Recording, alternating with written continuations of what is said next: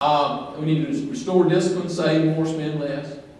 I want to talk about the deeper causes that we don't talk about enough, because these are really not economic issues. These are really philosophical issues. The real cause of our economic problems are a combination of altruism and pragmatism. Where did affordable housing come from? Where does free health care come from? Everybody has a right to a house. Provided by who? Everybody has a right to health care. Provided by who? That is an inversion of the American concept of rights. Under the American concept of rights, under the Founding Fathers' idea, each of us has a moral right to what we produce. We do not have a right to what anybody else produces. Your right to free medical care is your right to enslave a doctor to provide that, or enslave somebody to pay that doctor. That is an inversion of the American idea of rights. And what it leads to is a redistribution from the productive to the non-productive. And it basically says that no one has a right to their own life. Everybody's a slave to everybody else. And then you combine that with pragmatism, which is what we talk a lot about in business. Do what works. Here's the dilemma with what works. A lot of things work in the short term that are very destructive in the long term. Negative amortization mortgages work for years, very destructive in the long term. Interestingly enough, it's not surprising that the people end up acting irrationally, because rationality requires long-term perspective. You can't do what works and be rational in the long term. Also, it's not surprising people don't have integrity. Integrity demands a long-term perspective. Combine altruism with pragmatism and you get a free lunch mentality. Free lunch mentality. Look at Social Security and Medicare. Neither candidate promised to do anything seriously about Social Security and Medicare. And if they had they wouldn't have been elected, right? And the free lunch mentality leads to a lack of personal responsibility. And that is the death of democracies. That is the death of democracy. The Founding Fathers talked about the tyranny of the majority. They really were talking about the abuse of freedom of speech and freedom of religion. But they also realized that when 51% of the people figure out they can get a free lunch from 49%, then pretty soon 60% want a free lunch from 40%, and then 70% want a free lunch from 30%, and then the 30% quit, and the democracy fails. The United States was founded on exactly the opposite ideas. And these are the cure. The cures are the philosophical ideas that made America great in the first place. Life, liberty, and the pursuit of happiness. Each individual's moral right to their personal lives, to the product of their labor. They're right to give it away if they choose to, but it's their right, not the government's right. Each individual's moral right to their own life. Interestingly enough, that demands personal responsibility, because there are no free lunches. There are no free lunches. It also, interesting enough, demands and rewards rationality and self-discipline. The United States was the only country ever created under the idea that people should act in their rational long-term interests properly understood, in the Aristotelian sense of the word, of a life well lived. In the context of what I call the trader principle. And the trader principle is that you don't take advantage of other people, because pretty soon nobody's going to trust you and it's not going to work, but you don't take advantage of other people, but you also don't sacrifice. You don't sacrifice to other people. You have the right to your own life, and including in choosing to help people that you want to help.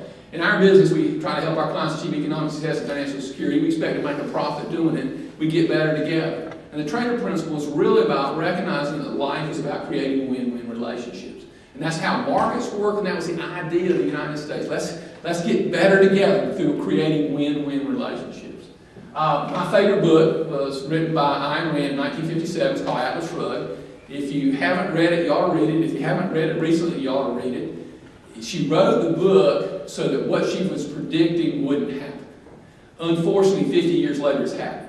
If you want to hear the villains that were 50 years ago that are today in Wall Street, they're right in this book. You ought to read this book.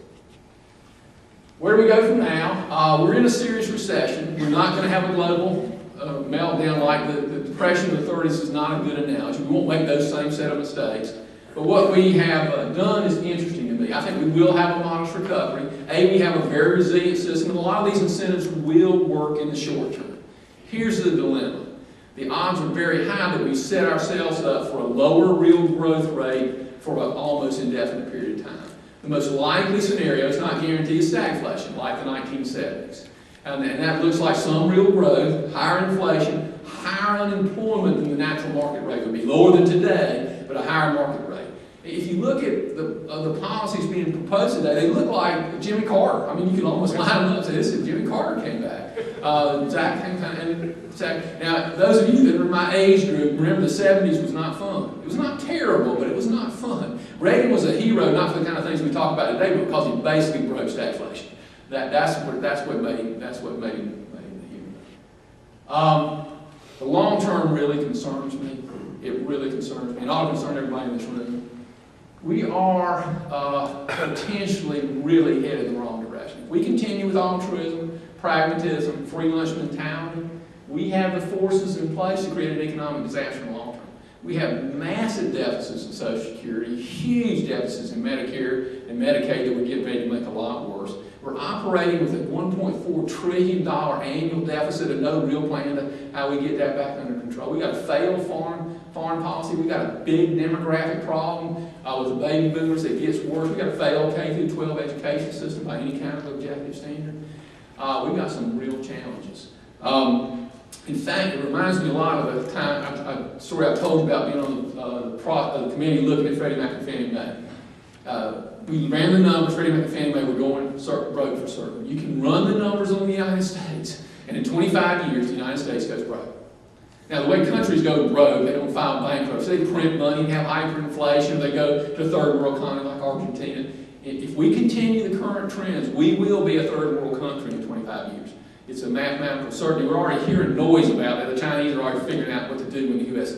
fails in a certain sense because of the policies that we have. We're headed towards a third world country.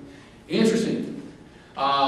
There's something we can do about it, but it's the opposite of what we're doing. We've got to return to the principles that got us here in the first place. Individual rights, free markets, rewards for the nation, rewards for productivity. We need less regulation, not more. Every time the government screws things up, we get more government. It's an interesting process. Mess them up and get more government. Interesting process. There is some good news, and I call it the American sense of life. Americans are naturally entrepreneurial people. They don't like big government. We're seeing some kickback around that. It's kind of protected us through the process, and I think it's good news. I think the American sense of life is a good